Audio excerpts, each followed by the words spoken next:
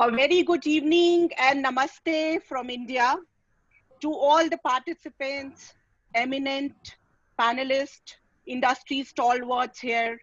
It's my great pleasure and honor to be a part of this most awaited and interesting session organized by Global Talent Company on agility and compassion in leadership. We would like this session to be as engaging and interactive as possible. In order to encourage the participants to ask more and more questions to all the great panelists with such enriching experience, we would like to award the best 3 questions asked by the participants. And yes, friends, top best 3 questions will get an amazing collection of books by all the great leader written by, Dr. Kiran Bedi. And the book is, It Is Always Possible. Yes, everything is possible. And another book by one of our esteemed panelists, Mr. Subhash Jagota. The book name is Business Excellence Through Effective Leadership. So friends, ask more and more questions and make it as interactive as possible and make this webinar a distinguisher. So just to set the context for today's session, agility and compassion, that's what leadership looks like in COVID-19. Let me highlight some of the basic qualities of leadership, such as, confidence, compassion, sincerity, sensitivity, honesty, determination, integrity, humility, courage, and positivity. Leaders in a world forever changed by the COVID-19 coronavirus pandemic will have to demonstrate agility and compassion.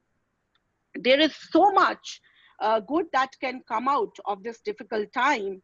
We must build new momentum for change and emerge stronger. Leaders in this new world will have to live with more courage, conviction, and decisiveness. We have to listen to all voices with humility. We have been presented with an opportunity to work together, and this is an opportunity for business to demonstrate compassion, transparency.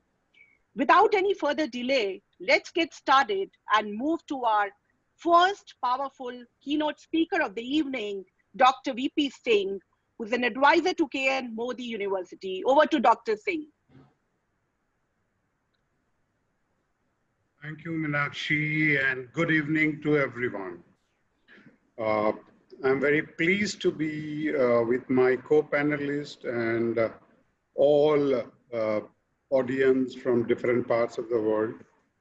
We are passing through a very challenging time, a very unique time, a time when this planet's most intelligent species, that is human being, is under attack by an invisible virus called corona. And it has changed our world. It has changed our universe.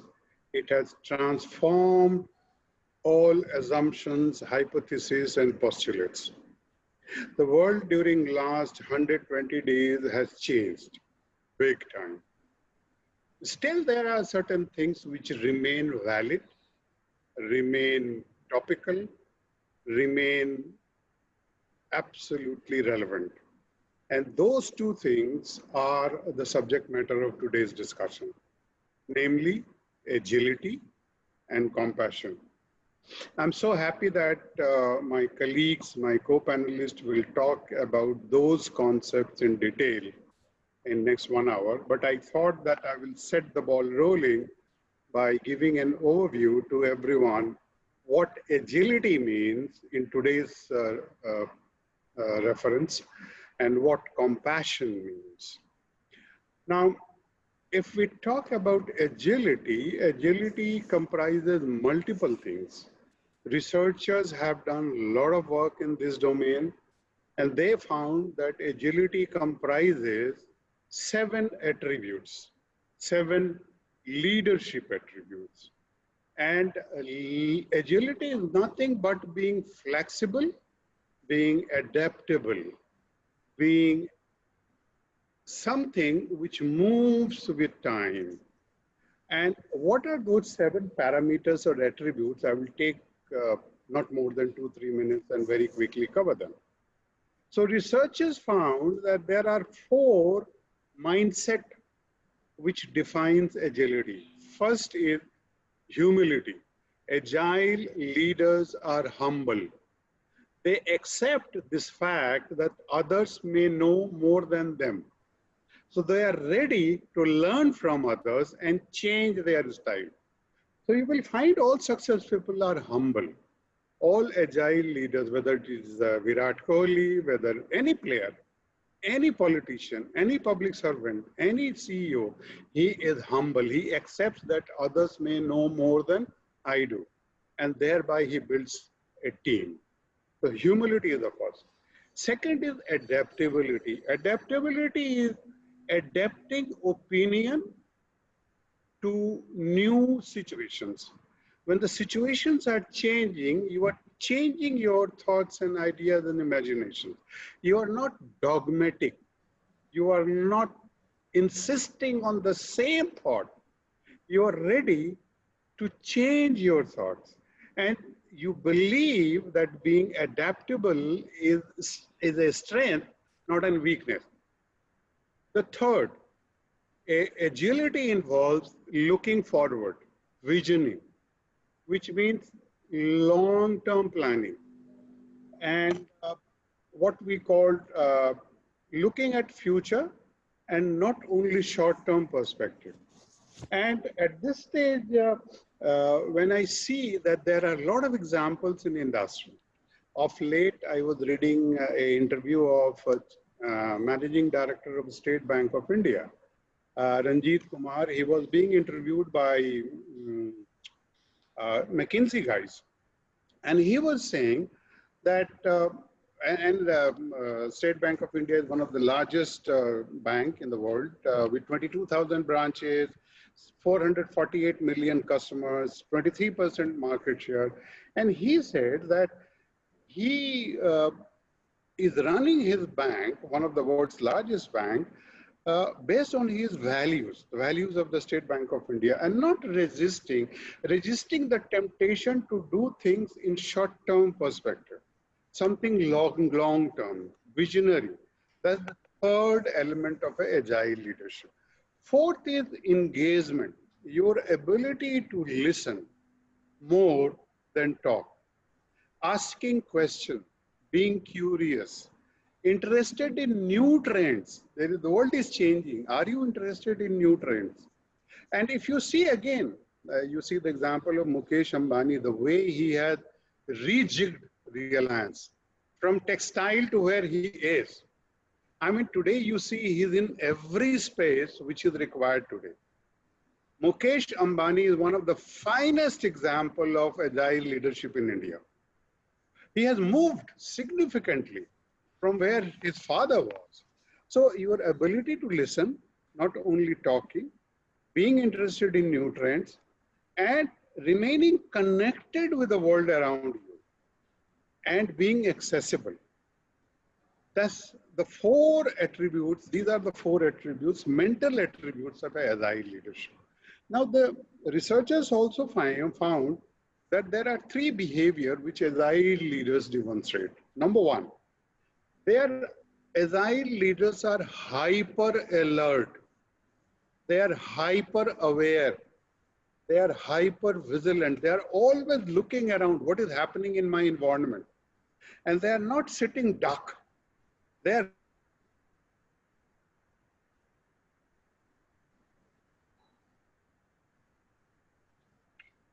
I guess there is some connectivity issue at Dr. Singh's end. So let's move to our next speaker, Mr. Rajan Dutta, who's the MD Extrops Consulting Private Limited. Rajan ji, my question to you, since we have already set the context right, so the question to you is agility and compassion. You know, are being two drivers, two drivers of leadership. So can you highlight how to maintain the balance between these two drivers and how both these drivers help to enhance the business? Over to Rajanji. Thank you, Meenakshi. I think we just missed Viren. He actually was setting the context of sharing some of these thoughts in the current COVID scenarios and sharing about agility. It is so very true. I will actually talk about this balancing and managing business and maintaining the balance of agility and compassion in the current context of COVID. And this pandemic has actually created so much of uncertainty, ambiguity, and volatility in the business. In fact, the economy curve too has flattened. Organizations are faced with challenges to run operations which are to be run efficiently, consider optimization opportunities, create safe workplace, and use talent and manage their morale, which is another challenge. Issues are for leaders how to get the whole engine working, considering now that we have work from home, but this is a COVID forced phenomena. There is a great pressure on business since both customer demands and service levels have taken a big hit.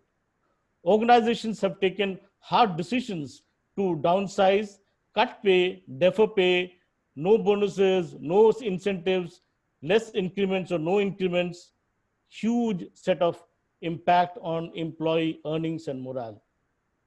With this impact, there are also impacts in business where there are issues of falling revenues, falling profits, customer service, and increasing stakeholder demands are the burning concerns.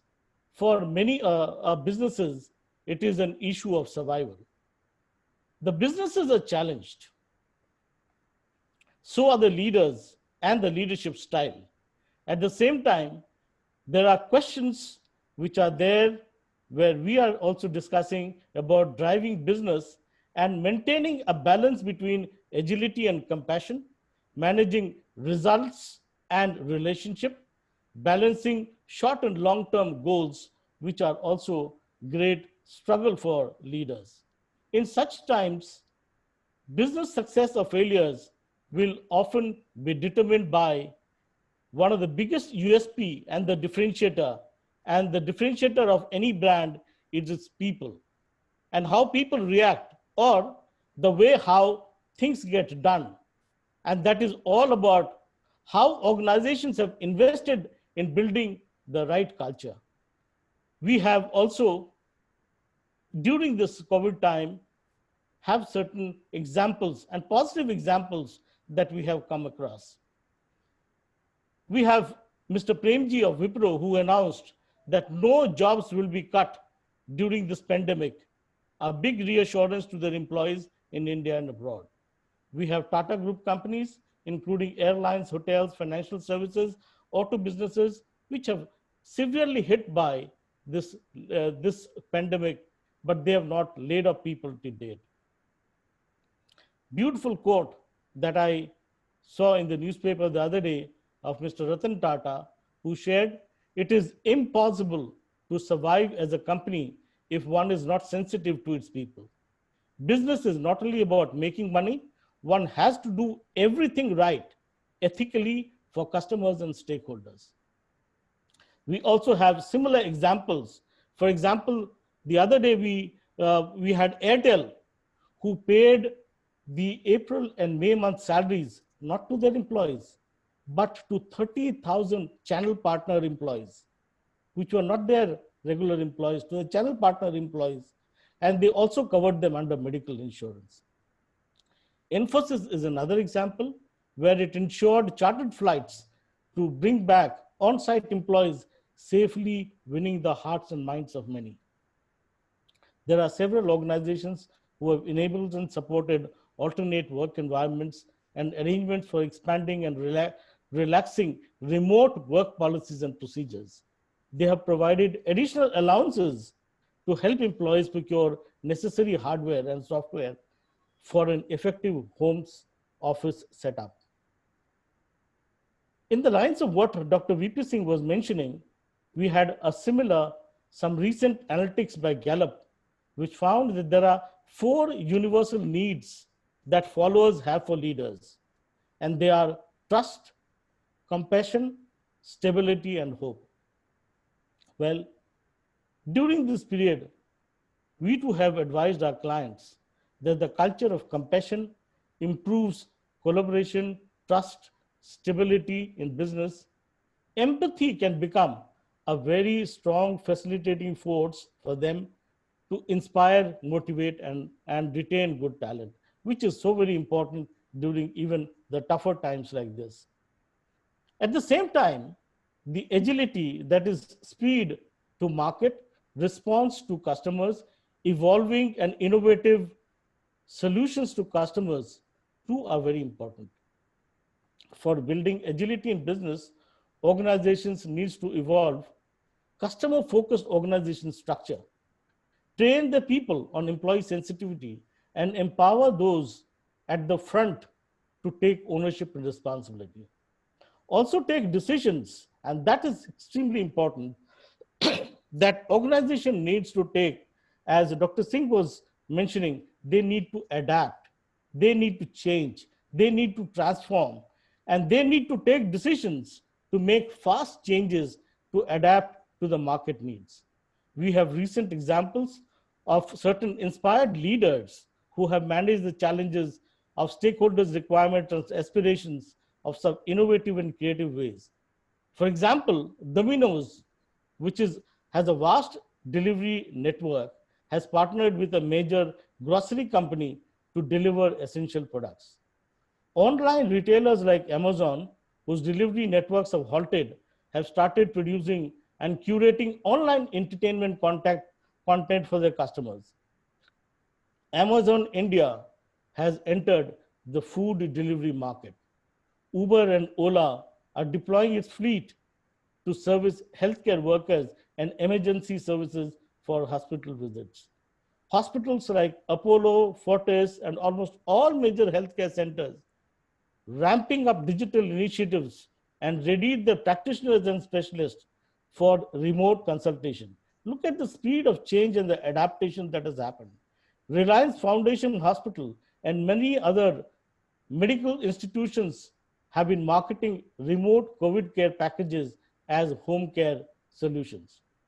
Manufacturers like Mahindra, RPG, and many others have all stepped into manufacturing essential equipment like ventilators, PPE, kits, masks, etc. In my own belief, managing sustained, honest, and profitable growth is important. And for this, one needs to be sensitive to human beings while balancing our purpose in business, our purpose in life with agility. Being aggressive in operation excellence, driving targets, achieving our goals, our customers' goals, and stakeholders' goals are important. However, we need to retain good talent and motivate them to deliver their deliverables. For business and mission alignment in company, we equally need to keep in mind the employee value propositions. Building agility, which Dr. Singh was also mentioning, is about self-awareness and agility in mind, along with creating the culture of speed of response to market. However, cascading the feeling of trust, respect, collaboration is important for trustworthy and sustainable relationship and performance. Business, friends, this is very important, that business and human values are not two separate goals. Business success is extremely critical. However, it can only be achieved through people excellence. One can achieve higher level of customer satisfaction only with adequate level of employee satisfaction. Both have to blend together. And in this balancing act, it is also a balance between being tough and nice. Leaders need to manage with toughness in demanding adherence to systems, processes, quality standards, customer commitment, and business reviews. However, it also needs to be done with certain care and compassion for people. Hence, the answer here, Meenakshi, it is not about either and or, but it is about both. And that's how the leaders can actually create value in business with both compassion and agility. Over to you, Meenakshi. Wow. Thank you so much, Rajanji, for sharing so many insightful information, appraising us with so many live examples of different organizations. So we can see Dr. Singh also is back. So Dr. Singh, I will come back to you in a while because you could not complete. Now next, powerful speaker we have today is Mr. Subhash Jagota, who's the MD, Jabro Advertising and Marketing Private Limited. So Subhashi, welcome. And my question to you is that if employee and client wins, the company wins, right? To make that happen, we need to create delight for both. So can you share how agility and compassion helps to increase employee motivation and thus client? Over to Subhashi.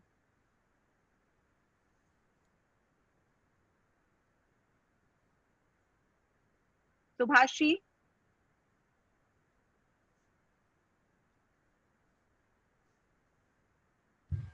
Is that okay now? Yes, absolutely. Okay? Absolutely. Okay. I think in your question, three things have emerged. One is agility, customers' delight, and compassionate leadership.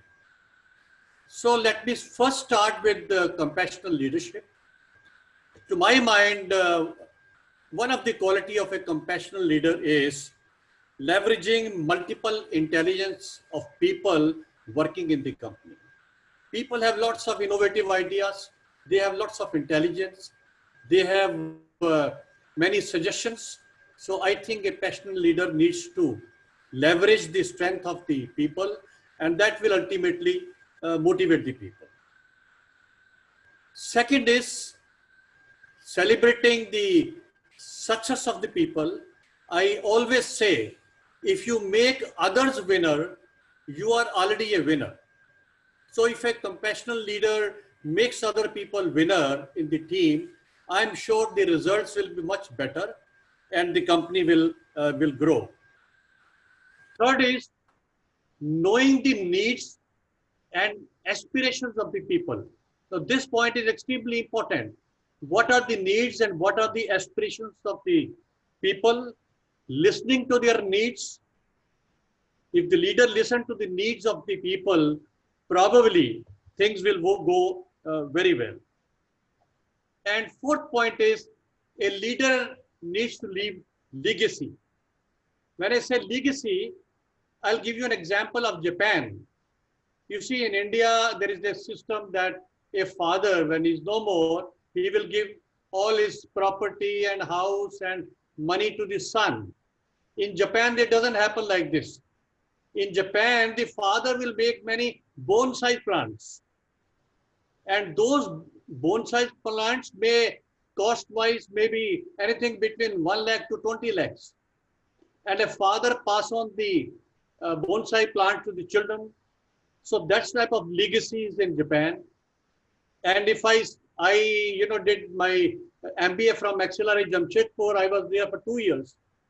And if I go back to Tata's, Jamshedji Tata, Jamshedpur is one of the most beautiful city of the country.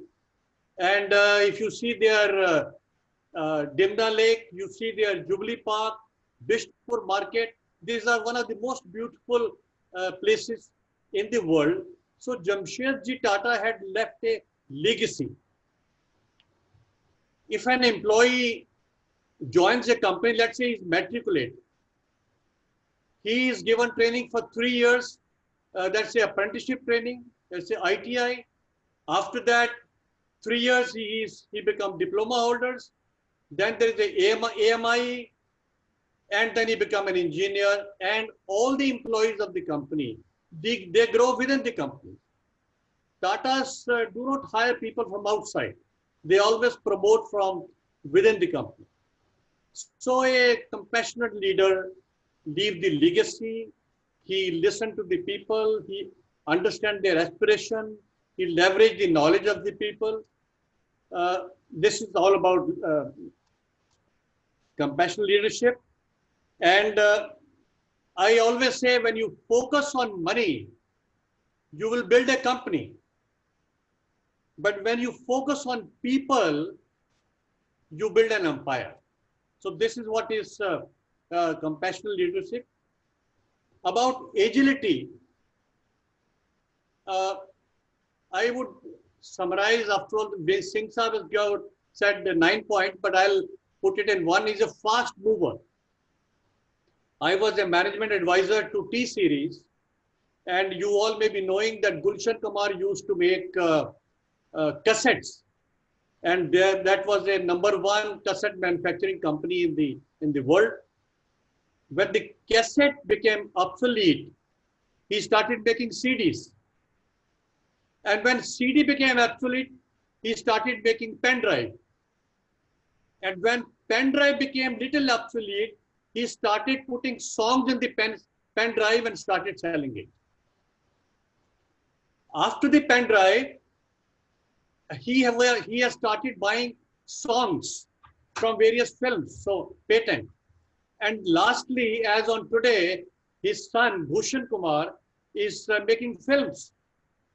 So imagine, from cassette making company to making the films. That's what I call it as a agility. And as far as customer delight is concerned, I think when we say customer delight, customer satisfaction, satisfaction is what a customer expects from the seller. That means he thinks that's my right, that's customer satisfaction. But delight is when the customer never expected from the seller. To give you an example, my own brother, he has a couple of showrooms, television showrooms in Delhi. And I was sharing with him that once a customer came and he said, Mr. Jagota, I want to buy a TV and I want to gift it to my wife on my wedding anniversary. So he said, fine. So he had shown a couple of TV and then he selected one. Now, before passing out the, packing the TV, he put in a card. Congratulations on your wedding anniversary. He put in a couple of roses and then packs them in the TV is packed in that big, what do you call, box.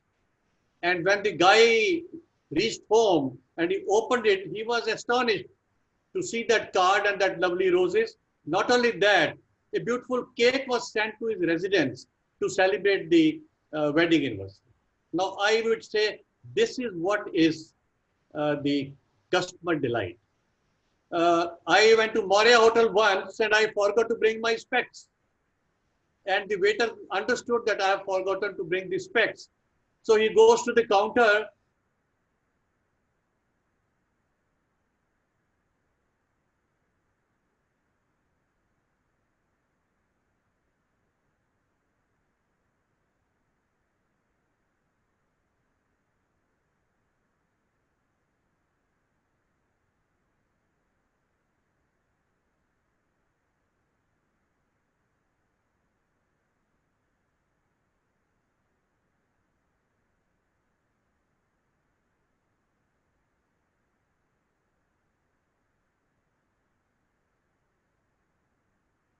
$20 a month, and we will give you a retainership, which was only 20% of their salary.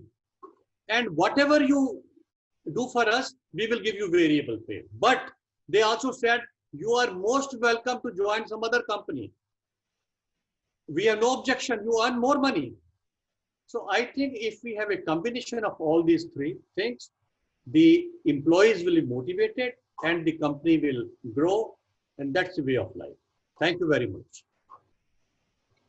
Thank you so much, Subhash, for highlighting how agility, compassion, and customer delight adds on to business success.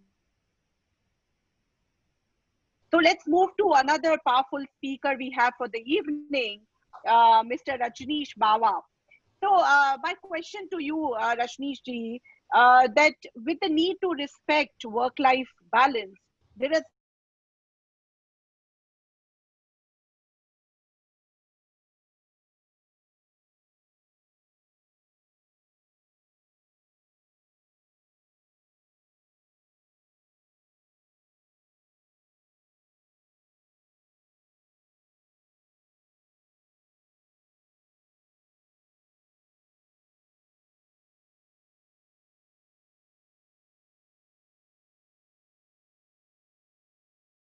I was working in a summer job in a very small company. And one day, just to get some brownie points, I went to the owner of the organization, which was employing about 300 people. I said, Mr. So-and-so, you are very powerful owner. People are scared of you, and they really are very careful when you are around, and they are hardworking. He didn't look at me, kept on doing something. I said, okay, my dialogue is over. When I was about to turn back, he said, look, young man, stand here. He said, I do not want in my company people should be scared of me. I do not want when they look at my card, it is coming, they start working. I want them to trust me, and I want them to, that I should inspire them. I want them to walk with me. These words have not registered me at that time, and matter has gone. As I grew in the profession, as I grew in the stature, as I grew into the role, I kept on thinking what was said to me about 4 decades back by somebody who was not even graduate and somebody who was not even probably have read the management books. But he told me what a good leadership is about. For me, there is no other way than a leader has to be compassionate. I cannot visualize, and in my own career, I don't think there has been any moment when this has not taken a precedent over my business results. So it sounds very paradoxical that how it is possible. See, as I see today and I see 20 years back, the business environment is getting complex every day, every week, every month. Earlier it was rules, regulation, controls, quota. Today it is a competition, complexities. It is high degree of interdependence, vis-a-vis rise of individuality also. So there is a race. The cat is more important. How soon you bring the solutions to the market, how can you go about? And we have a process where we feel that we can anticipate better by situational intelligence initiatives. We have the capability to aware, understand, and relate. A good leader. Good leader is also proactive. He has a structured anticipation. He move on to the alternate scenarios. He also, by and large, get into a systematic empathy. So for me, it is more of a leader empathy. Important is about the organizational empathy. When the organization comes out to be an empathical organization, that is where things starts happening. See, in today's leader, and even before that, the earlier leader also, what was required? My own understanding of a leadership has always been the one who is able to create belief and trust, the one who can create a shared vision, one who can able to sketch a co-destiny, the one who is able to make a co-leadership and co-ownership, someone who is able to look up to, who is inspirational. And of course, innovation, anticipation, taking care of people, reasonable salaries, good environment are very, very important. But somehow I have seen in my long journey that the leaders are probably scared to become a compassionate leader? This is very, very big paradox. Why they're scared? I think there is I have been asked these many questions a lot of time. Why they are scared? Why they do not become the leader? I think first is somehow it is a myth that a compassionate leader or showing compassion in the workplace is a sign of weakness. You are not man enough. Like we say, man don't cry. So we also say the good managers are task-oriented. And then we feel, no, it will be weakness and somebody will take advantage of me. Sometimes it is also a paradox that if I am too compassionate, I will not be able to hold people responsible. I will not be able to have people accountable. And it could be a social club. My organization will be a social club. And then these are inbound mindsets. And sometimes it is also being compassionate mean that you own up the problems. And sometimes the leaders do show the empathy, do show the compassion to the people who are high performing. These are some of the things which I have come across in my long career, which stops people of becoming what they want to become. But for me to understand, and this is what I normally say to them, for any leader to be successful in today's time more, but it was never less earlier also, his ability to connect, his ability to create a trustworthy environment. Can he improve the engagement? Can he improve the retention? Can he improve the value proposition? Can he create leadership at all levels? Can there be a connect with the company and people? Is there something each employee is ready to go beyond, or they're just sticking to what is asked to them? Is the company, organization, or as a leader, you help your employee to come out? You listen to them? This is what I feel in the crisis. Do we criticize or do we handhold? So for me, agility is important. You have to react, you have to get into the market, you have to be successful. But to create organization which is worth remembering, and as one of the speakers was saying, to create legacy, I think that is what it is required. So my strong message to and learning has been, so insufficient compassion in organizations could be because of pressure of performance, productivity, economy, overload, overwhelmed. But as an organization, if they start accepting the place or the process, and if they come out from the syndrome of fear of looking weak, I think organization can go to a great extent and to a great and but having said so, I am not recommending that we as a manager become the agni aunt. I'm not recommending that we start having the crying baby manager syndrome in the organization. But do we really become, okay, one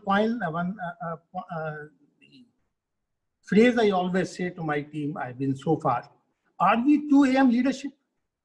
You have 2 AM friends, you have 2 AM family, but are we 2 AM leadership? Does our people know that in case of anything, somebody is there behind us? Does the family know somebody is there behind us? The examples which Subhash gave, which examples with Mr. Dutta gave, all point out to be, yes, we are there. So for me, leadership would mean, and leadership would like to be in this time and earlier time. I'm reminded of a quote by a very senior general of US Embassy, US Army. He said, for me, leadership is as long as people are coming to you. The day your team will stop coming to you, you are finished as a leader. So that's what I feel the leadership is all about. And I'm always very fond of a slogan which Life Insurance Corporation says, and very powerful slogan. That's what I feel is the height of compassion. Zindagi ke saath bhi, zindagi ke baad bhi. So that's what my take is, that eligibility is very important. You have to succeed in the business. But the route is only through compassionate leadership, and it should not be taken as a sign of weakness. It is not. Men can cry, a man should cry. That's the message I wanted to give. Thank you very much for inviting me here. I enjoyed talking and listening. Bye-bye. Wow, wonderful, wonderful, Rajneesh ji, for such a powerful and meaningful quote. Zindagi ke saath bhi aur zindagi ke baad bhi. So let's move on to our next great stalwart in the evening, Dr. Sanjay Muthal. He's the CEO, Contemporary Leadership Solutions and Services Private Limited. Sanjay ji, I want to ask you, with this unprecedented events have unfolded in the recent past, and leadership is suddenly becoming more important as they are expected to react with no prior experience. So are good leaders able to lead in such a short time to react and yet drive business? If they are, then how is it possible? Over to you. Thank you, Meenakshi. Wonderful question, and good evening to the whole audience and my co-panelist. Extremely delighted to be here this evening. Fantastic set of friends DK has put together. It's always a pleasure. You know, I heard this and I read this and I started talking about this one phrase which said, if business understood the language of love, there will be no recession. If business understood the language of love, there will be no recession. What a profound and impactful phrase this is. Because somewhere down under the garb of managing business, we seem to have lost some of our basic human emotions. And emotions are something which are innate to human beings. They can't be taught. I can't teach you to love. I can't teach you to empathize. I can't teach you to be compassionate. It is natural to you. Unfortunately, in the left brain syndrome that our education system drives, and the business has succumbed to that same pattern of managing quarter-on-quarter results, earning bonuses based on those results, somewhere we seem to have covered that element of human emotions. We are in unprecedented times today. And this time has shown to us that nothing but only human emotion of compassion and empathy will hold you and your businesses in good stead. Nothing else. We went around tom-tomming our strong employee value proposition, saying that people are my biggest assets. And what do you do when rationalization happens and cost optimization happens? You start looking at payroll. Why? Are there no other avenues that you can exploit before you reach to people? And to which people about whom you were tom-tomming till yesterday from the podiums, saying that people are my biggest asset. Now that's very, very dichotomous leadership that we experienced, and sometimes we do experience. But there are exceptions. You know, for me, to your question, for me, the best form of leadership that anybody can give, especially in these times, and if you have to kind of pass it on and rub it on to your younger leaders with lesser experience, is servant leadership. Can you be servant to your subjects when you drive business, when you drive people and their agenda? What does servant leadership do? They keep all the subjects ahead of yourself. They say, service is my motto. They say, Satya Seva Prem will bring me everything that the business is required to get.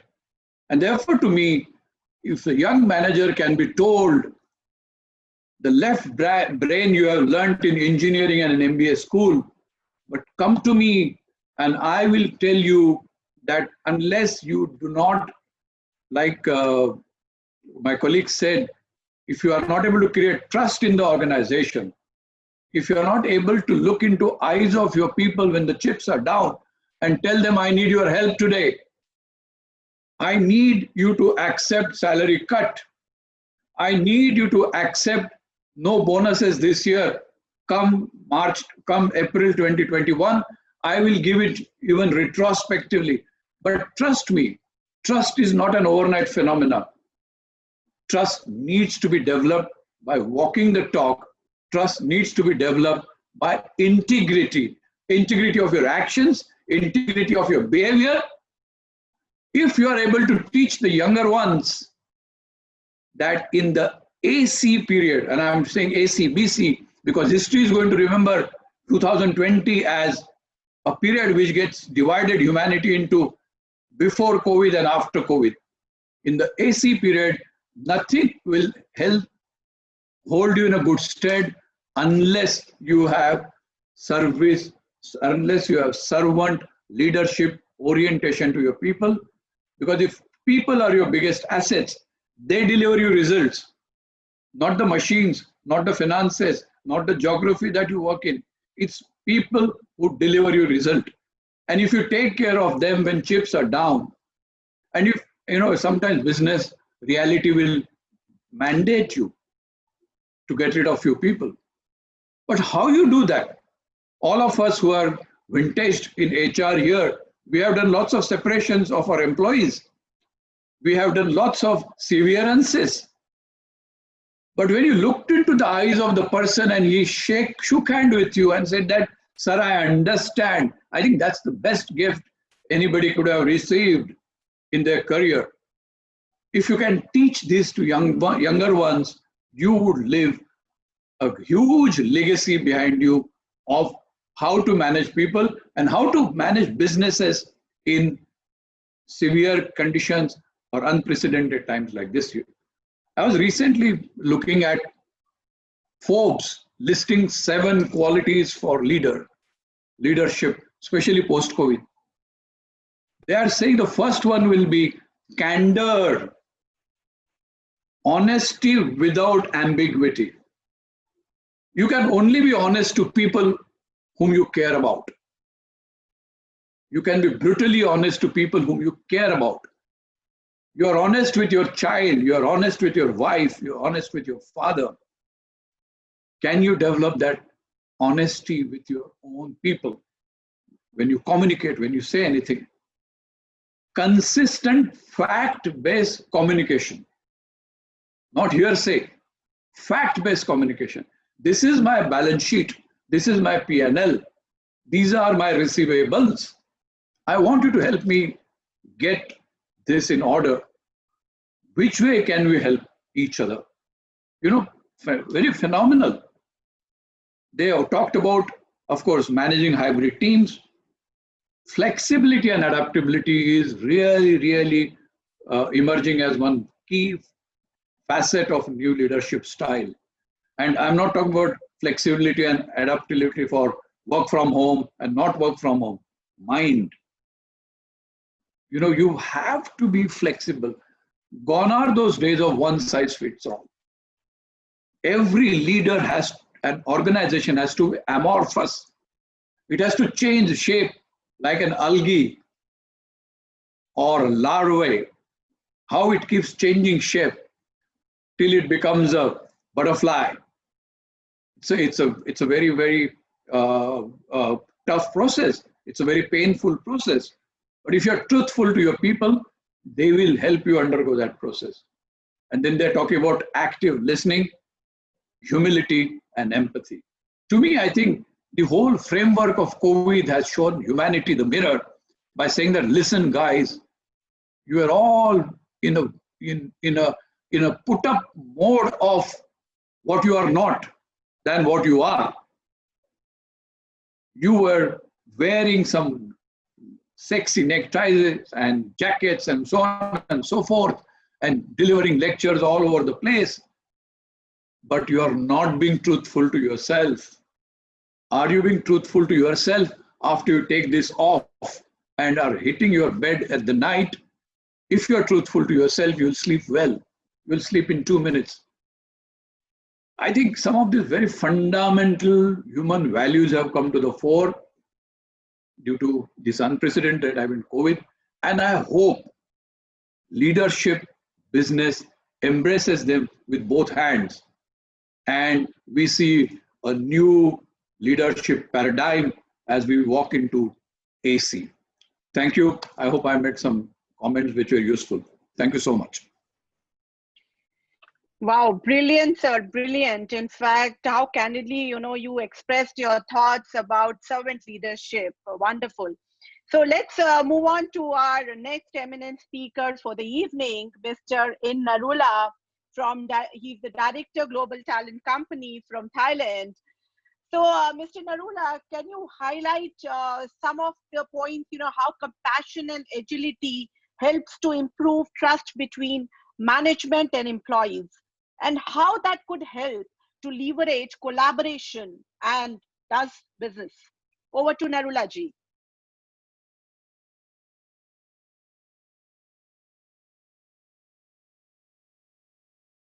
Narula ji, you are muted. Yes, yes. Yes, perfect. Yes.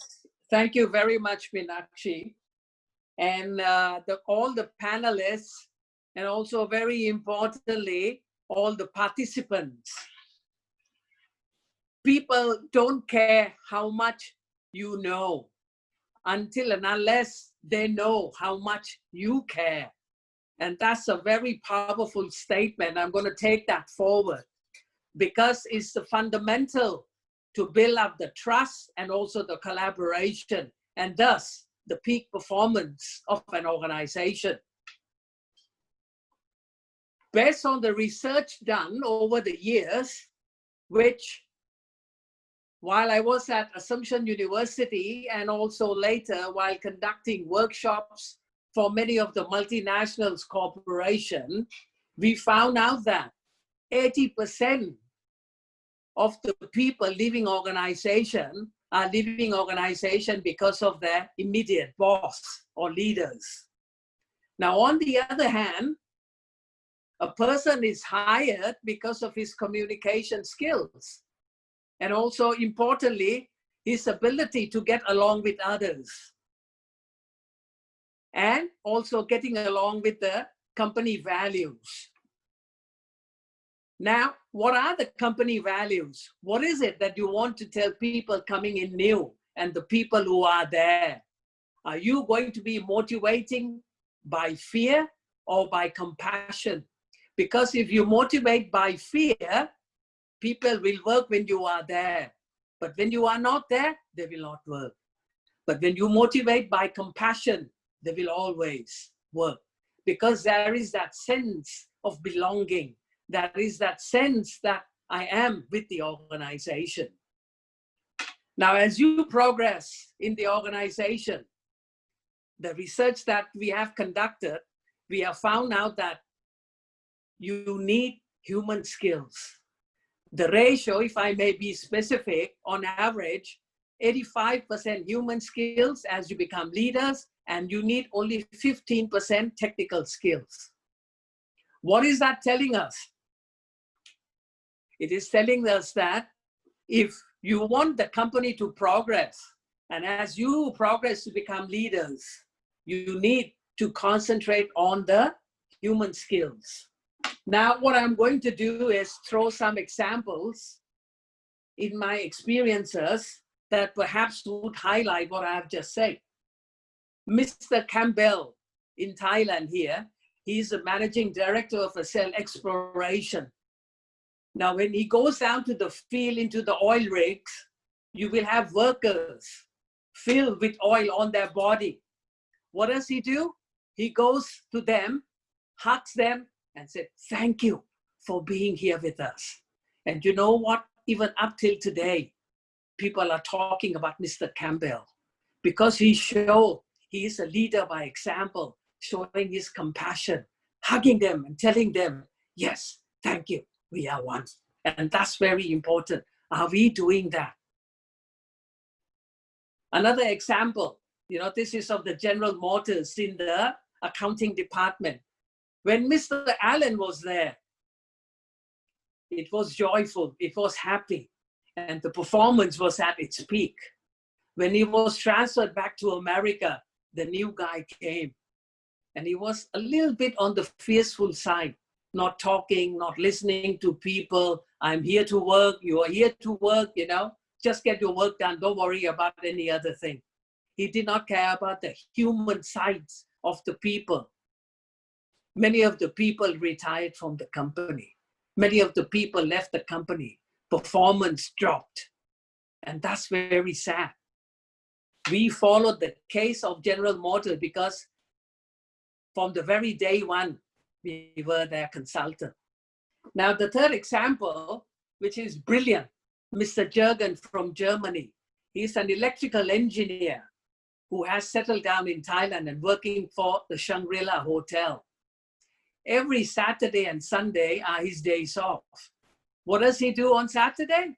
He would visit all the people working under him, go to their home, take breakfast, eat lunch with them, and fix the electrical wire in their home.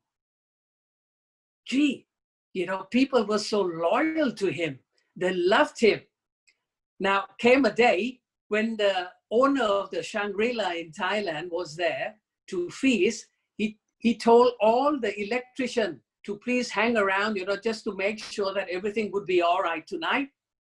Everybody wanted to leave. Nobody wanted to stay.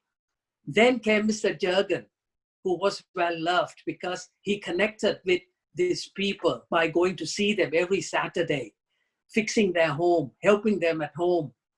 He said, come on, let's work as a team. Let us make sure that things will be all right. They stayed back. They were motivated because of Mr. Jurgen.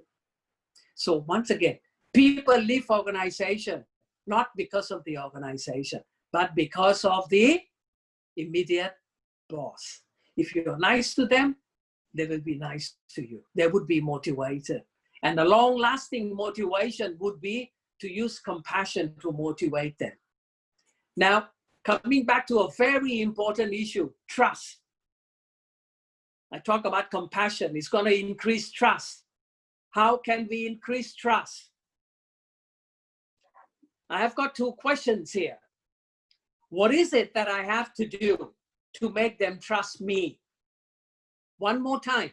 What is it that I have to do in order to make them trust me? And the second question, what is it that they have to do so that I trust them? So it's a two-way street. Me trusting them and them trusting me. So I made a bit of an analysis, and I found out that trust fundamentally has three very important elements. The first one is you need to perform. You need to have results.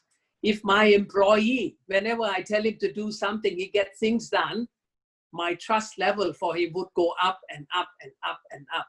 So everyone, please keep in mind, when you have to do a task, make sure that it is done with quality and on time. If for some reason you cannot do it, for whatever reason, communicate, communicate, communicate, and communicate with the person in charge. Get help, get assistance. Let's get it done. The second thing that is very important is to build relationship. You see, in every relationship, be it at home, between you and your children, between you and your friends, between you and your... Can you see me? Hello? Can you hear me? Yes, very clearly, Mr. Narula. Please carry on. Yes, Okay. yes, Ian. Okay. Yes. So in every relationship, you have to build a foundation. And then in a relationship, the trust is very important between father and son, between mother and sons, between friends, between co-workers within the organization. And that's the fundamental of trust. You need to build it. And who is responsible? Everyone. But the leader has to show the way. He has to set an example of trust, no backbiting, no gossiping. You know, if you have to say something to someone, say it to him in a nice way, polite way, face to face, not at the back. Because a lot of the time, gossiping will only make situation worse. Now, in a trustful relationship, it is also very important that you communicate. And communication is so important that you have to allow people to come in to talk to you. Some people get angry very easily. So people will not come and talk to them easily. So it is important that you have to create an ambience, an atmosphere whereby people will talk to you easily. And that's a sign of a great leader. So basically, what I'm saying is, you need a culture of excellence. You need a culture of compassion. And in order to build that, you need trust. And in order to build trust, you need performance. That's very important. If you perform consistently, people will trust you. And you need to also communicate very fairly, clearly, no backbiting, no gossiping. Okay. Having said this, I said, if you can achieve a good relationship and if you have great results, what will happen? You will develop respect. Respect for whom? Respect for your customers, respect for your co-workers, respect for your stakeholders. And very importantly, people will respect facts. And when they start doing that, I think you've got a great organization and things will become extremely well for everyone. In the closing remark, let me one more time tell you the quote that I've said before. People don't care how much you know until and unless they know how much you care. Show that caring, show that caring, show that compassion, and people will collaborate with you. And in this collaboration, you will, I promise you, reach peak performance. And when you do that, please call me in. We will celebrate with cups of coffees. Thank you. Thank you. Thank you so much, Mr. Narula, for highlighting the importance of trust in such a beautiful way. You know, it reminds me of a quote, a leader is one who knows the way, goes the way, and shows the way. So without any further delay, let's move on to our last very powerful, positive, and passionate leader, Mr. D.K. Bakshi. So, Mr. Bakshi, a question for you, since we have been discussing so much about agility and compassion in leadership, various aspects we have shared. So this has actually become a new buzzword, you know, that agility and compassion are the two important parameters required in leadership. So why is this becoming important? And can you share some examples on how to implement this agility and compassion? And does it help to generate more business? Over to you, Mr. Bakshi. Stage is yours. Thank you, Meenakshi. First of all, I must thank Dr. VP Singh, Rajan, Dutta, Subhash, Jagota, Rajneesh, Bawa, Sanjay, Muthal, in Narula. Meenakshi, of course, you, my team, Pia and Varsha, to be coordinating and doing all this, and the audience. This is going to be my last webinar, which I declare today, because now I will go to monetize money, because I need money now. I have heard all of you talking about agility, compassion. I have been doing personally, and I will not give examples of any other business owner. I am a very small business owner. I cannot be talk about Ratan Tata or Airtel or any big businessman. I'm talking about two smaller businessmen who are 500 crores and 180 crores. They did not remove anybody from the company. They reduced salaries. They changed their gears from manufacturing, you know, things which were automobile to something which is required today. Sanitization equipment, PEPs and all that, they kept people on. Having said that, the guy does not have even money to pay salaries. But he kept things on and he did not remove anybody. And he has been paying salaries from his pocket. Salute to that man. He has not paid even me since October. And I just got my payment of October 2019. This is one leader. Ordinary leader, 180 crore rupees leader. Another leader, which is 400 crore rupees leader. It's all near Bawadi, this side. He went to his employees. He said, I have been taking care of you all the time. How will you motivate me to remain in the business? And the employees firmed up the game plan to remain in the business. He also did not remove any employee. One name is Mr. Bafna Coventry. Another name is Mr. Rajesh Podar, PCP. And he has a factory in Thailand also, which I have supported there. Having said that, in Narula and myself, we are ordinary people. We have not removed anybody in Thailand. We have not removed anybody in India. Because we are compassionate people. My children still tell me that I am the HR director and not a business entrepreneur. Mr. Siddiqui talks to me and always tells me, forget passion, you have to be dispassionate in business. In COVID days, we have to be like that, passionate, passionate, passionate, compassionate, compassionate, compassionate. We have to show. I always say, work together, live together, dance together, eat together, learn together, earn together, cry together. I always say, when people are in misery. Hey, I give the cry. I give my shoulder to people. And I go to Mr. Subhash Jagota's point here. It is not only from the business owner's point of view, it's from the employee's point of view. They have to partner. And I want to tell you, I paid full salary for the month of March and April to my employees. There was no work after that. 1.5 to 2 months, nothing, work from home. Not a single thing, no invoices. My invoices got destroyed. I want to understand it. Got destroyed from January onwards. Even the previous recruitment businesses, everything came back. I remain compassionate with my employees, nobody. And after that, I negotiated with my employees, and my leaders are very great. I said, let's do that. That's what Subhash Jagota was saying. Let's do that. Let's come to a different business point of view, because we need to have business.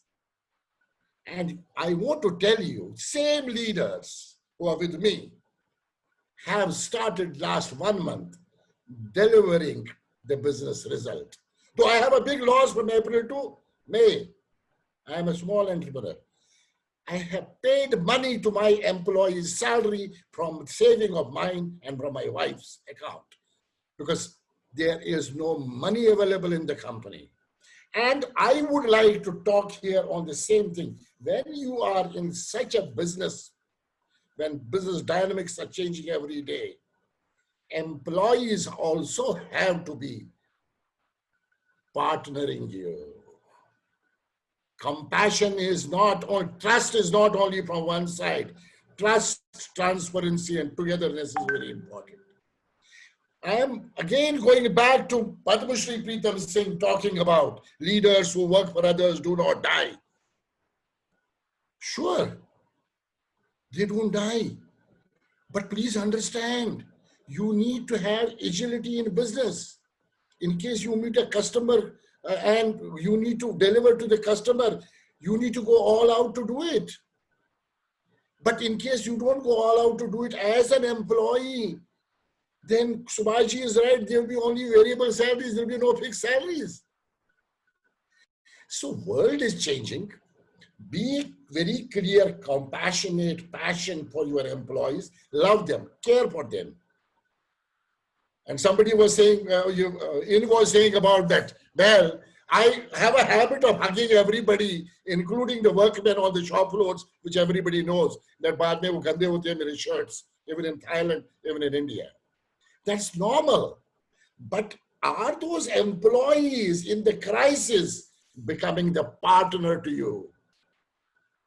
The question mark which I raised today is that in case you treat employees with that compassion, ताली दो हाथ से बजती है, एक हाथ से ताली नहीं बजती है. It makes two to make a call. And it's important for employees to understand that they need to deliver result. They need to deliver result. They need to go extra mile. They need to work more harder in crisis time. When chips are down, you have to work as one dream, one team. I've done in and myself, I've done many programs about one dream, one team around the world. It is only possible when you are together. And then there is a clear communication between the employee and the employer. There's no gap. Suddenly the communication gets stopped. What will happen to that compassion? How long can you own the people and keep saying, cry, cry with me? When you are in cry, they should come back. That is what my friend did. He said, I have motivated you all along. Now motivate me to remain in the business. I was talking to another person the other day, I think out of this panel only. And the person said, don't do this fixed salary. Remove fixed salary from your employees. They remain fixed because their mindset gets fixed. Do it variable. I don't want to name here only in this panel. Said you are doing a wrong thing. You are giving fixed salary to the employees. And that's a fact. Because the moment I give a fixed salary to the employee, which Subhash was saying, they have a fixed mind. At least I get my money. Where from I get it? They don't understand. So here I am making a point today in this seminar today. Agility and compassion in leadership is possible only when both sides are together, making sure that they deliver the business results at the end of the day. They go extra mile to do for the customer. It is not only one side. There are business owners who are suffering today because the one side they don't want to remove, they are thinking, why should I remove? But other side, there is no togetherness. The moment you are able to make a difference between that agility in business and the compassionate behavior, it has to be married according to the need. You can do it for 2 months, you can do it for 3 months, you can do it for 4 months, you can do it for 5 months, you can do it for 6 months. Finally, business has to run. Na? Without business, you cannot do anything. Na? You have to earn money. You have to raise invoices. Look at Achan in Thailand. I mean, the work has started. Invoices are being raised to an extent. So what I am trying to talk about here is, it is not only the employers, because there are many people who have spoken to me to talk about this in this audience. There are some business owners. They wanted their point of view as well. It is the employees also who have to partner to become a togetherness approach to deliver the business result. Compassion will not work one side. Compassion will work both sides. And everybody talks about relationships and results build trust. Relationships and results build trust. Relationship and result build trust. Not only talking, delivering their business result. There are many thought leaders, but delivering the business leaders is a lot of difference. It needs action. It needs action. It needs action. So what? Even if we have to take more action these days, then we don't complain. Then we don't say work from home is too tough. Work from home is becoming 14 hours. Work from home is becoming 13 hours. So you have to see both sides of the coin. Agility and compassion will go together to make a great business model with relationship and results building the trust between the employers and employees. In case relationship, emotions, only emotions, only emotions, only emotions, only emotions, emotions does not get business. It has to be relationship, results, building the trust factor to deliver the business model, what we are supposed to be doing as leaders. Thank you so much, Meenakshi. I think you have a great time ahead. Let's go ahead. Okay. Great, great.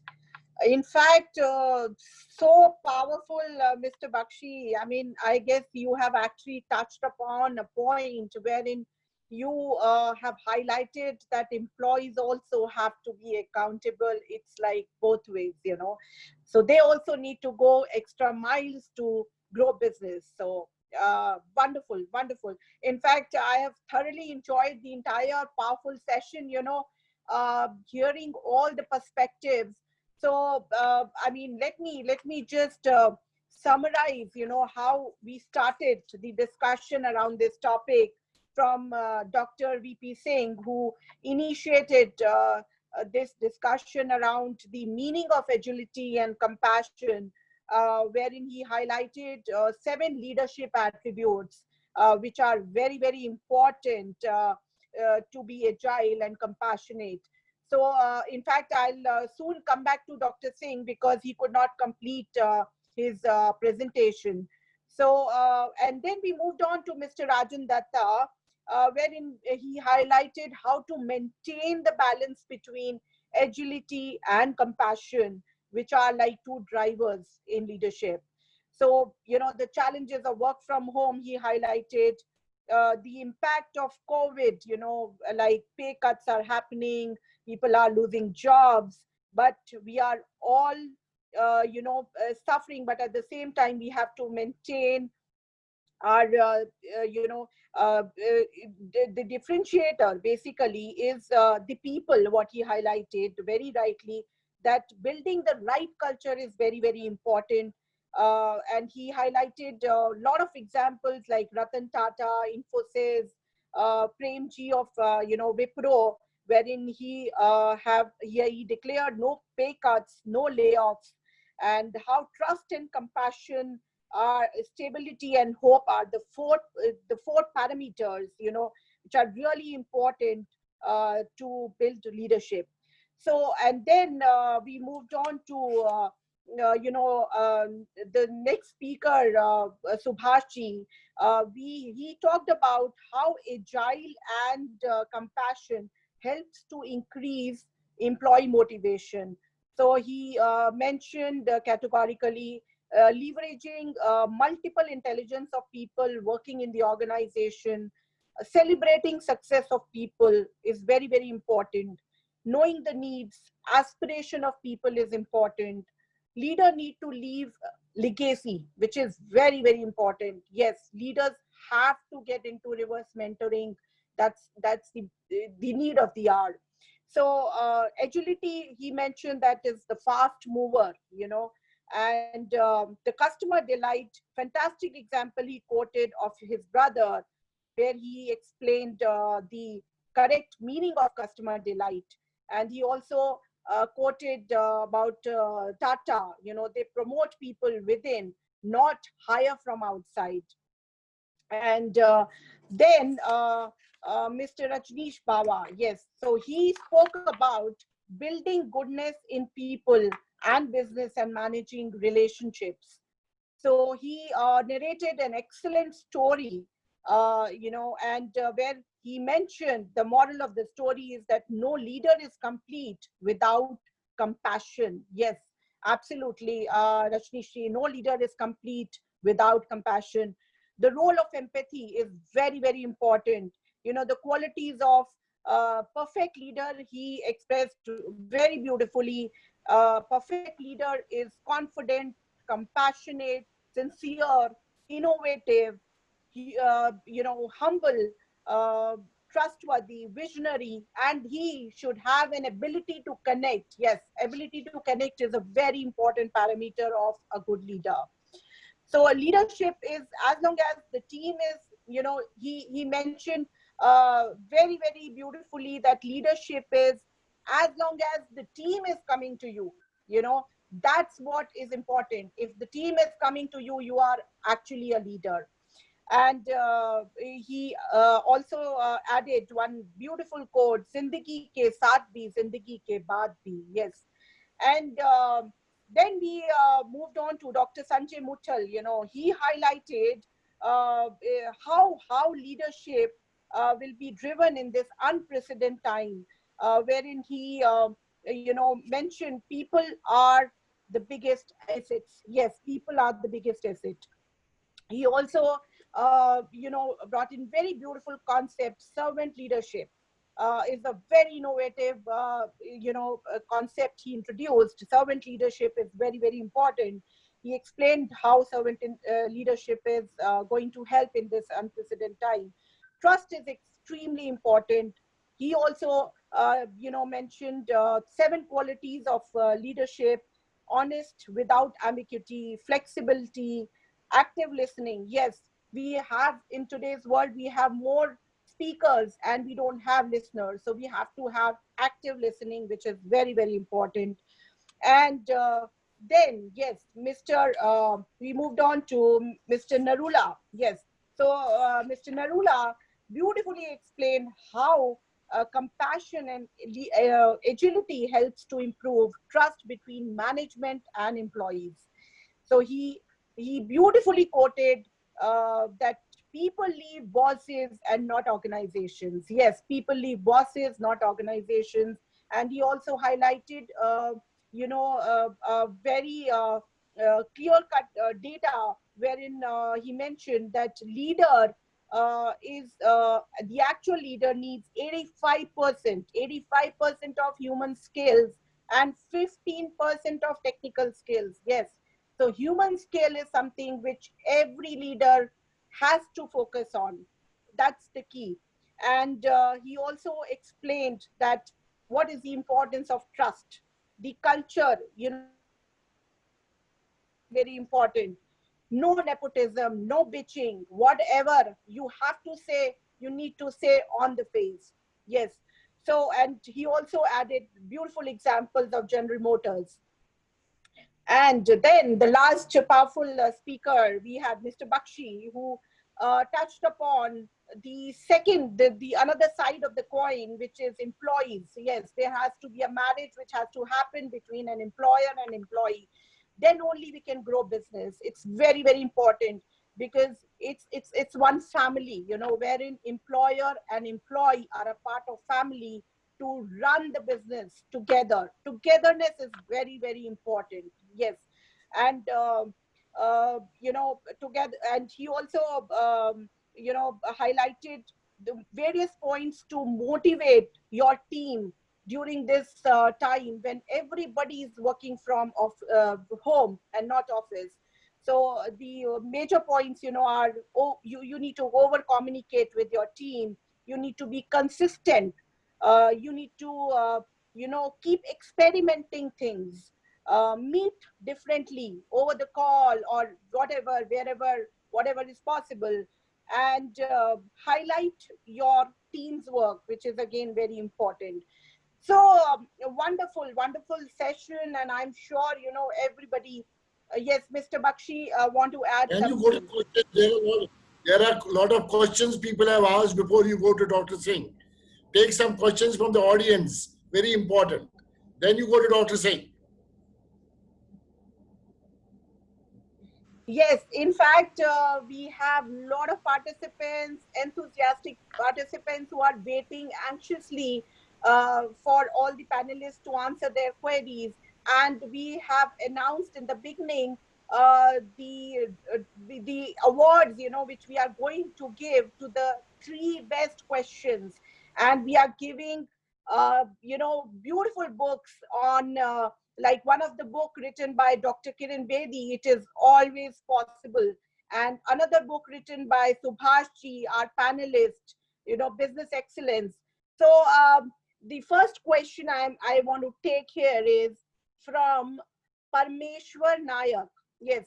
So Parmeshwar Nayak is asking, how a leader can balance between his professionalism and humility during downtime of business.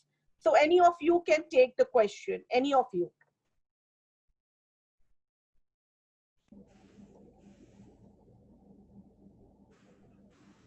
Dr. Singh, give Dr. Singh. Dr. Singh, then he can come back. You, Dr. Singh. Yes. Maybe Rajan can respond to that. Rajan.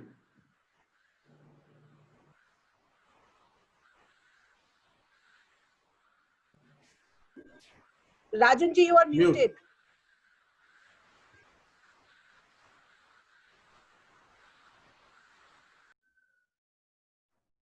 No, it's okay. Yeah. Yeah, perfect now. Yeah. Okay, so the question is around, what's Mr. Nair's question? It's about humility and? Humility, how leader can balance between his professionalism and humility. Professionalism and humility. Well, I think the aspect is professionalism and humility. I look at it as two sides of the same coin. It's about, even as a great professional, you can be tough. And at the same time, I think because of your knowledge, your wisdom, you can, and your leadership skills and capabilities, you can still be nice to people. And this is what I was actually sharing, that as a leader and managing business, I mean, you need to be tough. And that's where there are no compromises. In a professionalism and for the profession and for the goodness of the business, I think we need to demand people for deliveries, for performance, for adherence to systems, policy, processes, quality, customer commitment, and business deliverable, and hence business reviews. However, at the same time, all of that can be done with certain care, certain compassion, and with certain humility. I think that's another human gesture that I think we need to conduct ourselves. Hence, it's not about either or, it's about both. It can be blended with nicety, yet demanding in terms of performance because of your professionalism and profession to the business. Rajan, if I can add, as we defined earlier, that humility is nothing but accepting that others may know more. When you realize that others may know more than you accept their thoughts and ideas, and thereby you demonstrate your professionalism. Yeah.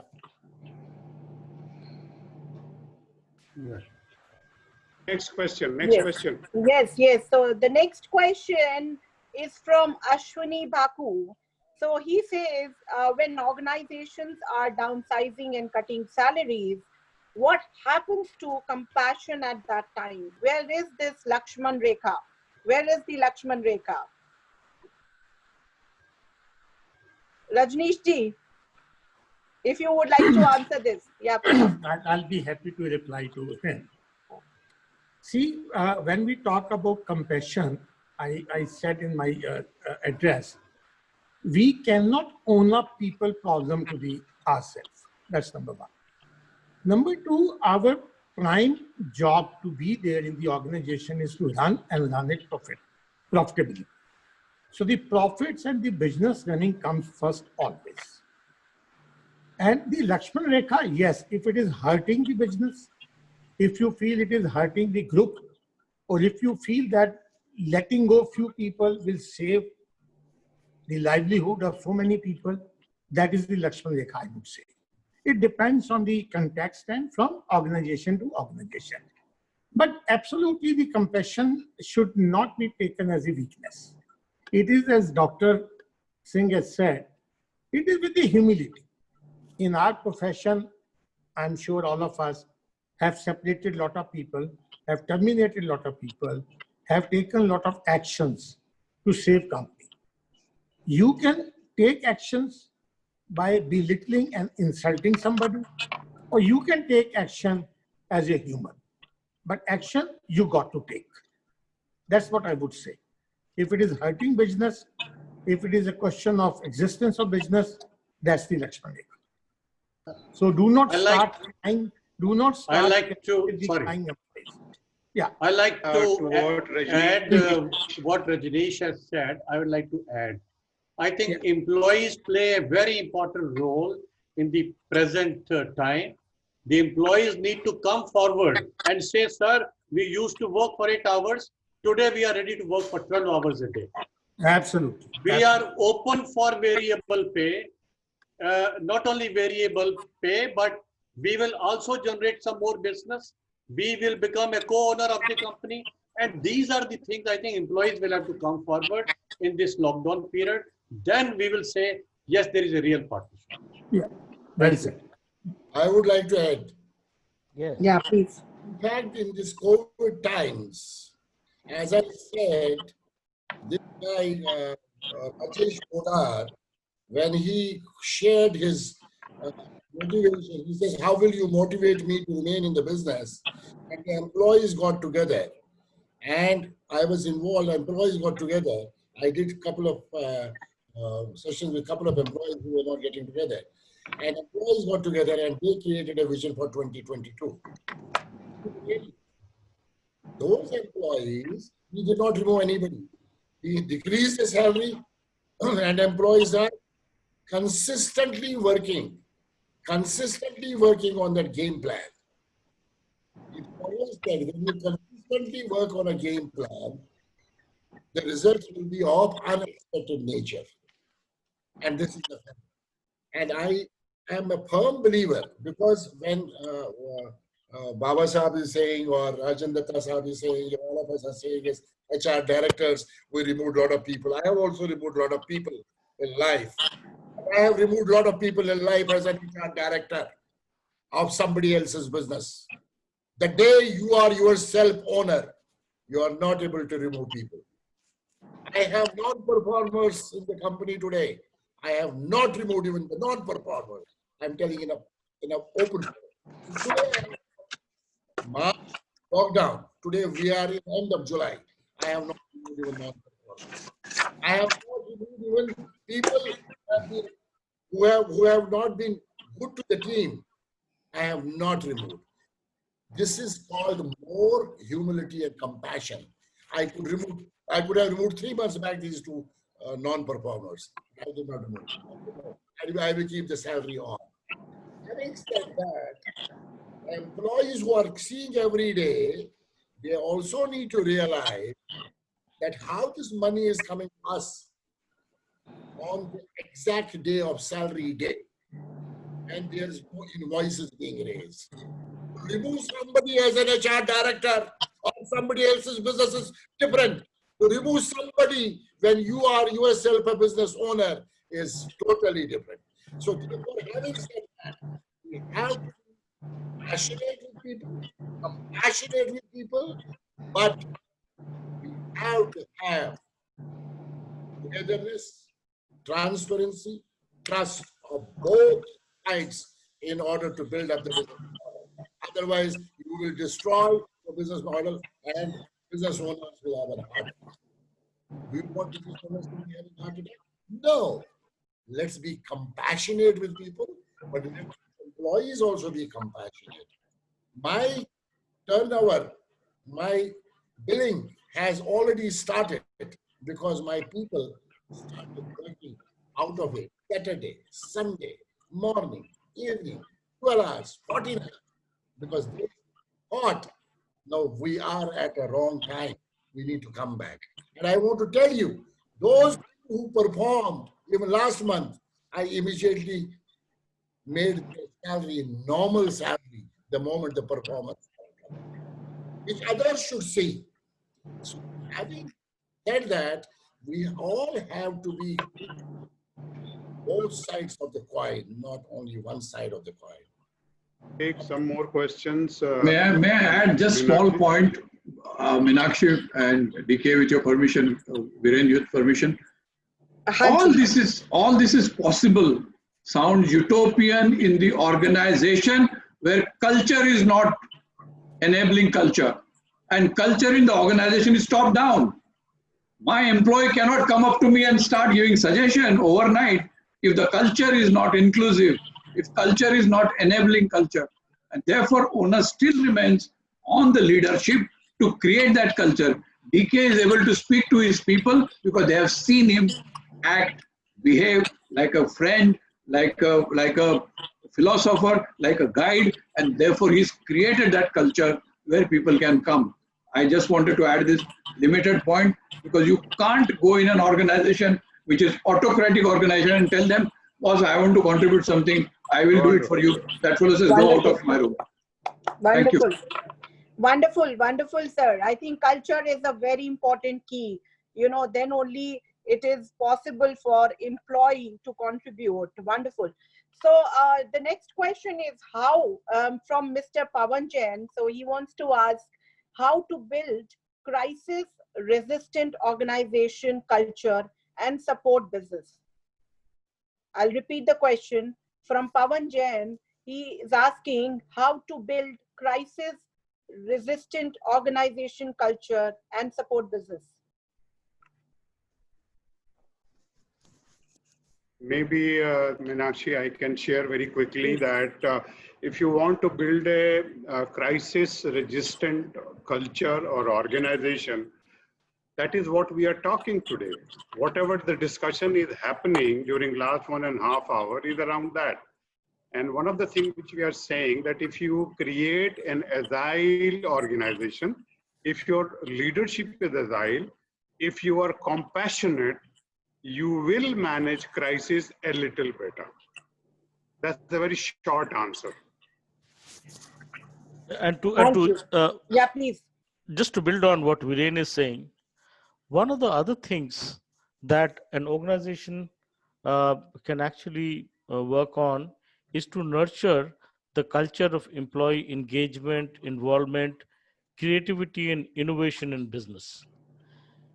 The typical quality tools and concepts of TQM, whether it is Six Sigma, TPM, 5S, knowledge management, business process engineering, all those tools that are applied are primarily about engaging people, involving into either cross-functional teams, cross-hierarchical teams, in working on evolving, engaging yourself, engaging and committing to your company to evolving solutions for your customers.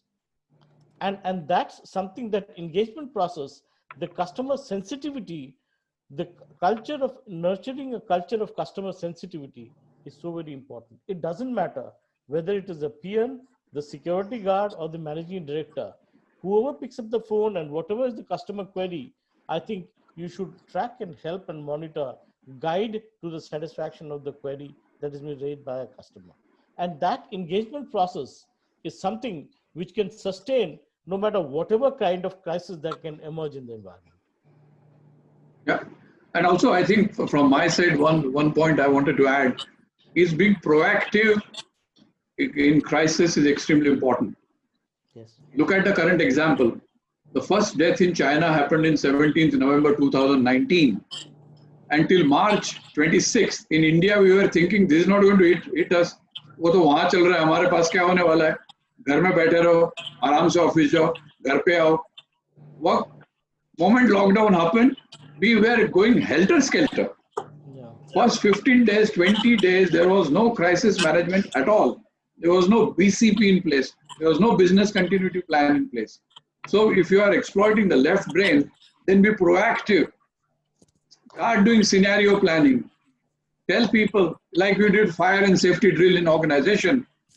Why don't you do a drill on a something like a contingency, something like a scenario planning? I think it will help us. So being proactive in leadership is extremely central in facing any eventuality. That's the point I wanted to make. Thank you. Thank you. Thank you so much. Can I spend 2 minutes on this? Something is coming. Just 1 minute. 1 minute. Okay. We are running short of time. Yeah. Let me go back to my experience. Yeah. And actual experience in. Actually, it is 6:45. Okay. I think we can pass it and we can speak offline. No problem. Please carry on. So You the can next question is from Johan Quasset. Question is, how do companies workforce based on agility and compassionate leadership to drive innovation and success for the company and increase people's growth and satisfaction through a shared purpose contributing to positive social impact?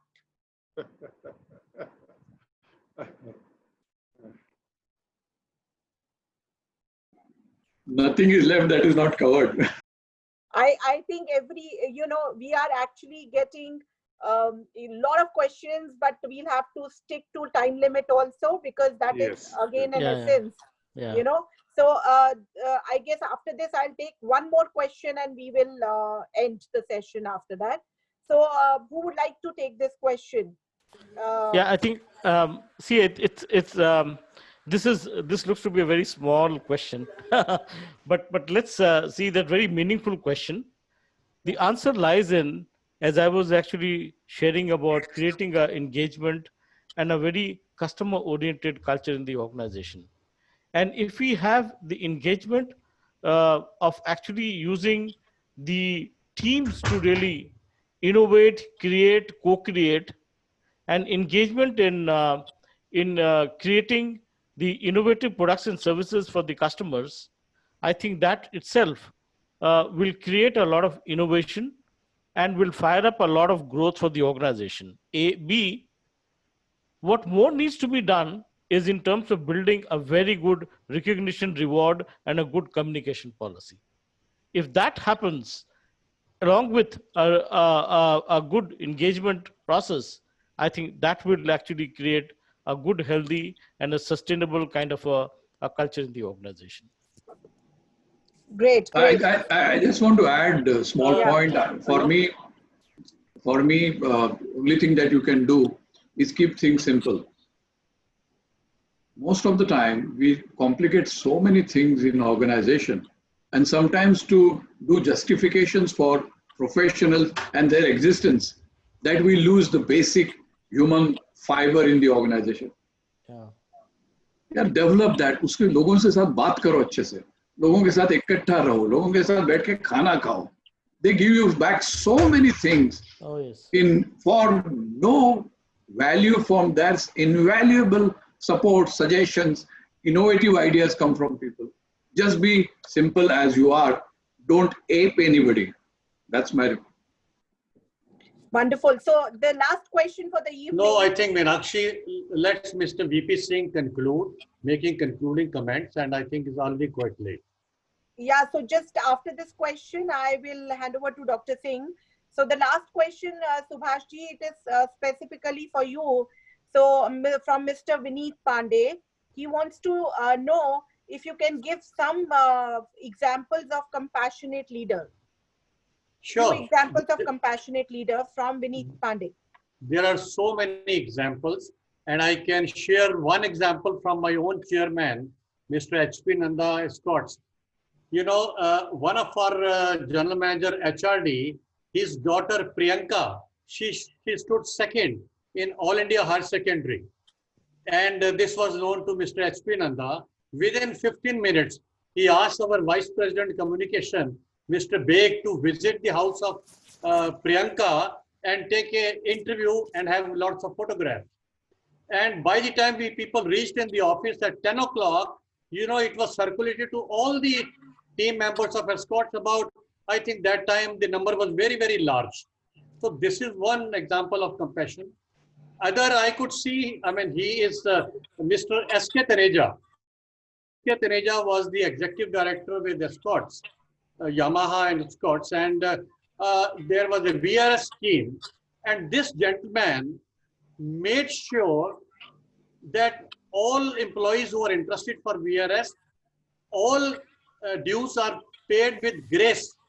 You know, multinational companies normally don't give any VRS, but he ensured that people get VRS. Their all dues were given very gracefully, and after that, he made link with all the employees. Today we have Escorts Mahasangam. You know, 200 senior people of Escorts, we meet once a year, and about 50 top managers we meet once in a month. So that is the cohesiveness it has come up. So I think these are the two examples of compassionately. Thank you. Mr. Bakshi wants to add something. In fact, I have very closely worked with Mr. Brijmohan Mujal. I have never worked for Hero Honda.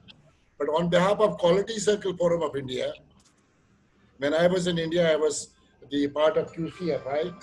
And at that point of time, you know, I used to go as a judge to Daruheda and Gurgaon plant on quality circles. And Mr. Mujal used to be in the queue along with the workers to have food. And even after that, you see Mr. Mujal, when he became #1 company of motorcycle in the country, you know what he did? He immediately removed all the leadership from his company. He said, why? People said, why did you remove? He said, don't worry. I have got to be #1 in any case. And then he immediately gave them, you know what? He gave them small ancillaries to work on. They are still holding those ancillaries of Hero Honda that time. And he made them entrepreneurs and helped them to grow to become the entrepreneurs. So even at that point of time, जिसको हम लालाजी बोलते हैं ना, I hate this word of Lalaji. Mr. D.K. Jain of Laksar Parker, when I joined, he himself used to go to the cremation ground.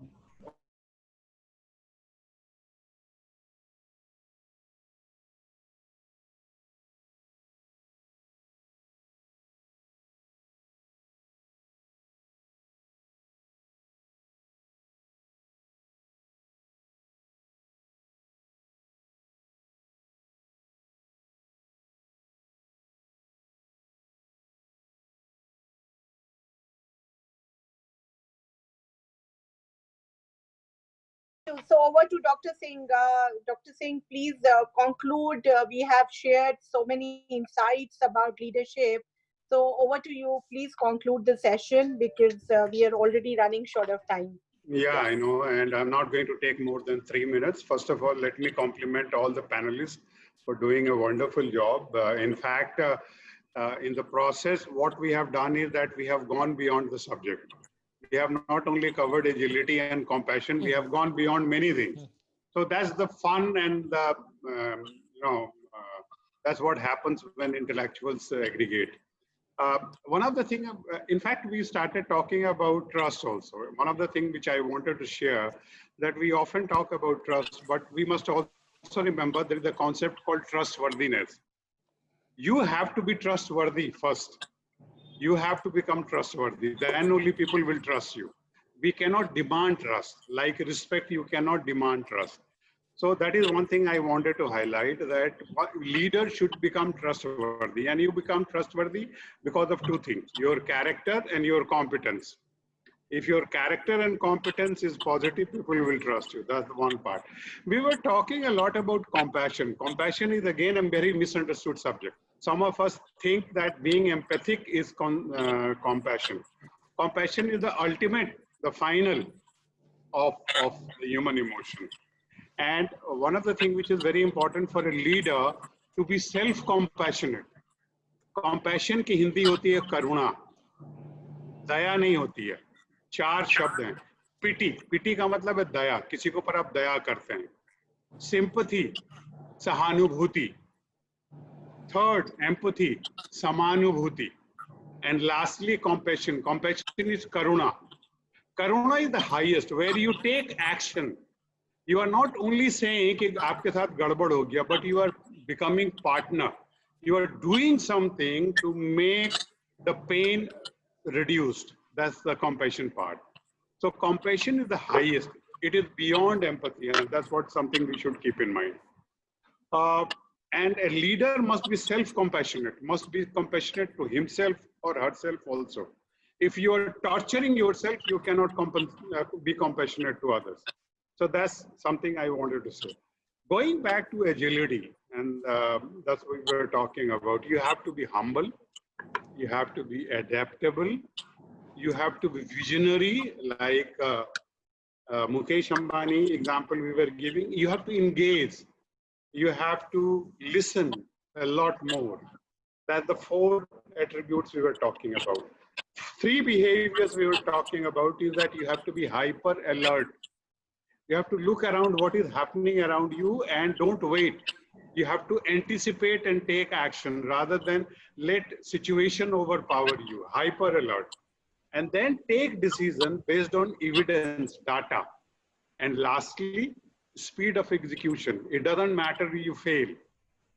You should be ready to fail. Keep taking action. Don't wait for every information. In 2020, you will not have every information. The time in which we are living, every information is not available to us. So we must take action quick and fast. So that's agility. And there is a lot of psychometric tests around it. So those who are interested to know what is their level of agility, they can get in touch with me. I can help them. That what is your level of agility quotient, as they say. So that is what we have to learn. And lastly, but not the least, let me say that everybody has talked that like Ratan Tata, we have to believe that the people, the stakeholders have been with us for a long time. And when it is raining, you don't leave them. You have to protect them. That's compassion. Protect them, have them. I mean, we have seen that even great organizations like in Faridabad, we have JCB, they have removed 1,000 people. They are so rich, but yet they are not compassionate. So you may have a lot of money in your pocket, you may not be compassionate. You have to learn to be compassionate.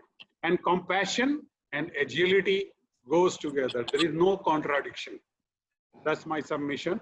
Wonderful discussion, and compliments to all my co-panelists for doing a great job. Dilip, Rajan, Narula Sahab, Sanjay ji, Rajneesh, absolutely wonderful. Meenakshi, over to you. You can decide who are the winners and so on and so forth and conclude. Yes. So thank you so much.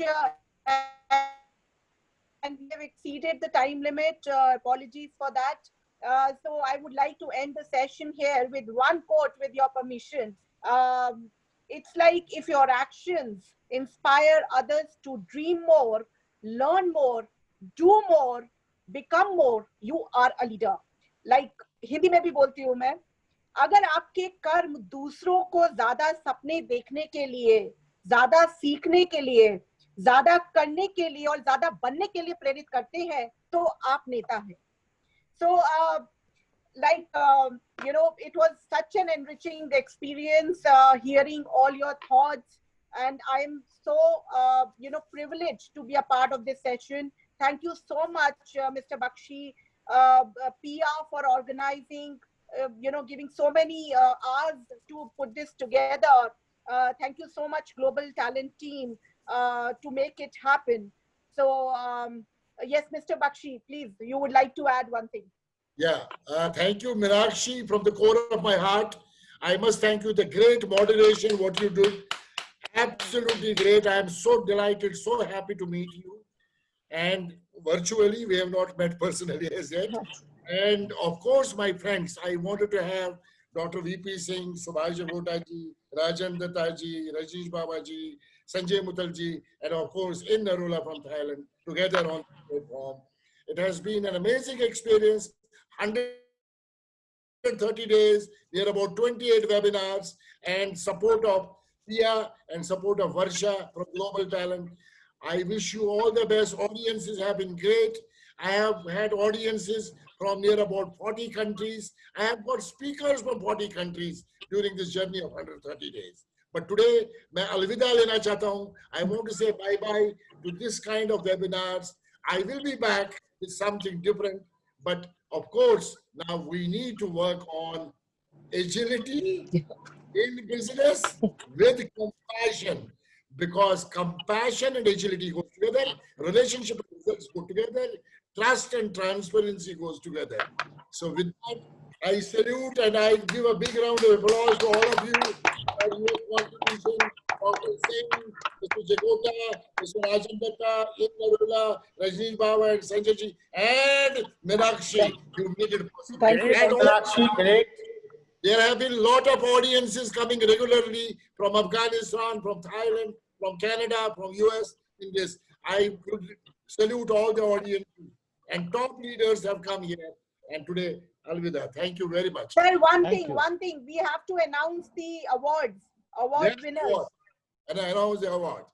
Yes. So, in fact, I would like to, there's so many intelligent questions and we have missed out also a couple of questions. So one question I would like to select as first award from John A. Cosset. So she asked a wonderful question. So she's the award winner of one of the book, It Is Always Possible by Dr. Bedi. Yeah, Yon is in Boston. She has attended this webinar from Boston, and I will arrange to get it delivered in Boston. Yon is part of our Women Power program. She is in Boston. Yon, I am happy you are there, and we will be sending this book to you in Boston. Thank you very much, Meenakshi. Yeah, and the next award goes to Ashwini Baku. Ashwini Baku. So Ashwini Baku gets another book from Dr. Bedi, It Is Always Possible. Yes. And another award goes to Pawan Jain. So he gets again a book from one of our esteemed panelists, Subhash Jagota ji, on business excellence. So we have 3 winners. So let's applaud for them and thank you so much for being there. So with your permission, we all exit for the evening. Have a great evening to all of you. Thank you so much. Thank you. Thank you. Thank you.